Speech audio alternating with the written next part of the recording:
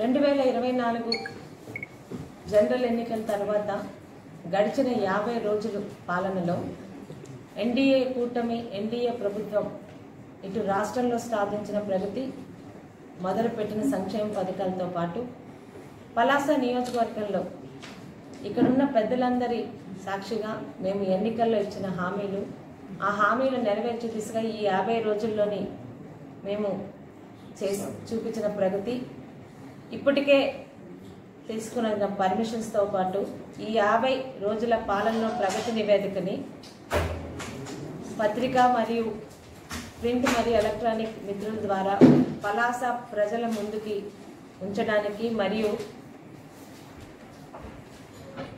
పని లేక విమర్శలు చేస్తున్న వైసీపీ నాయకులు కూడా మీ పాలనలా కాదు ప్రతి 2 నెలలకి ప్రగతి నివేదిక ఒక్క పని చేసినా 2 పనులు చేసినా పెద్దలందరి సహకారంతో మీడియా మిత్రుల సహకారంతో ప్రజల ముందుకు తెస్తామని మొదటి ఈ కార్యక్రమానికి విచ్చేసిన మీ అందరికీ మా పెద్దలకు మీ మీడియా మిత్రులకు పేరు పేరున ధన్యవాదములు. ఆంధ్రప్రదేశ్లో 2019-24 ఒక చీకటి రాజ్యం. దీని పుణ్యమాని రాష్ట్రంలో అన్ని వ్యవస్థలు నాశనమయ్యాయి. రాయలసీమ కానీ ఉత్తరాంధ్ర కానీ కోస్తా కానీ ప్రతి ప్రాంతాలని మనలో మనకు గొడవలు పెట్టి విడదీసి డైవర్షన్ పాలిటిక్స్ చేశారు తప్పితే ఎక్కడ అభివృద్ధి అన్నది కానరాలేదు. సుమారు 10 లక్షల కోట్ల అప్పుతో మనల్ని ముంచారు. నిరుద్యోగం పెరిగిపోయింది, అరాచకత్వం, అవినీతి పరిస్థితుల్లో మొన్న జరిగిన ఎన్నికల్లో ప్రజలందరూ కూడా పూర్తి స్పష్టతతో ఎన్డీఏ కూటమికి అధికారం అప్పచెప్పారు. 2024 జూన్ 4 తర్వాత ఒక నూతన శకంతో చంద్రబాబు నాయుడు గారు తన ఎన్డీఏ కూటమి పాలన మొదలుపెట్టారు. సూపర్ 6 పథకాల పేరుతో ఏదైతే ఎన్నికల ముందు మేము ప్రతి ఇంటికి, ప్రతి మహిళకి, ప్రతి యువతకి, ప్రతి విద్యార్థికి, తల్లులకి అందిస్తామని చెప్పాము, ఆ హామీలు కూడా ఇప్పటికే మొదలయ్యాయి. అందులో భాగంగానే 3000 పింఛన్ని 1000 రూపాయలు పెంచి 4000 చేయడంతో పాటు ఏప్రిల్ నెలలో మాట ఇచ్చిన తీరుగానే గత జూలై 1న 7000 రూపాయలు పెన్షన్తో పాటు వికలాంగులకి ఒక్కసారి 3000 నుంచి రెట్టింపు చేసి 6000 రూపాయల పెన్షను ఎన్నడూ లేని విధంగా పూర్తి వికలాంగులకి మంచానికే పరిమితమై ఇబ్బంది పడుతున్న వికలాంగులకి 15000 రూపాయల పెన్షన్ ఎవరు ఊహించుండరు. ఇవన్నీ కూడా జూలై 1వ తారీఖున ప్రతి ఒక్క Telugu Desam party, NDA, Janasena, BJP అన్ని స్థాయిల నాయకుల సహకారంతో ఇంటింటికి వెళ్ళి ఇవ్వడం జరిగింది. మన మున్సిపాలిటీకి అత్యంత చేరువలో ఉద్యోగస్తులకు, అన్ని రకాల వర్గాలకు, ముఖ్యంగా మధ్య తరగతి వారికి అందుబాటులో ఉండేలా ఒక పెద్ద లేఅవుట్ని 2 రోజుల క్రితమే సుడా అధికారులు వచ్చి చూడడం జరిగింది. మన మీడియా మిత్రులు కూడా అక్కడ ఉన్నారు.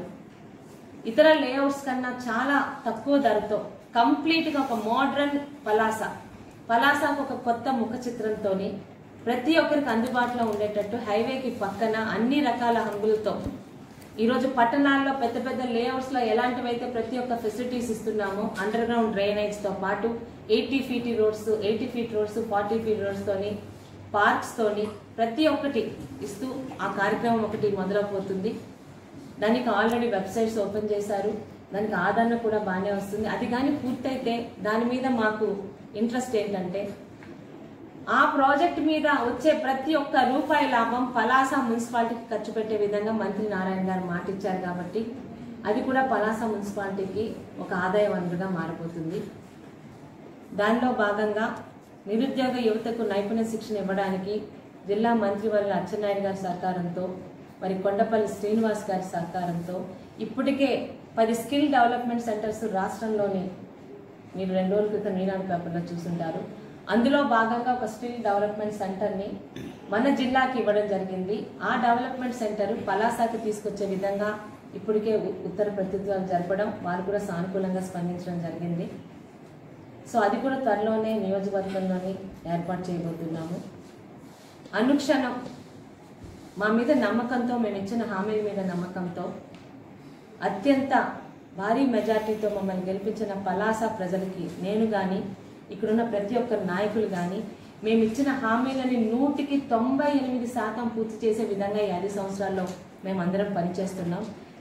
ఈ నివేదిక ఈ 50 రోజుల్లో మేము పూర్తి చేసినవి, ఈ 50 రోజుల్లోని రేపు ఉదయం పూర్తి చేయడానికి వచ్చిన పర్మిషన్స్ మాత్రమే.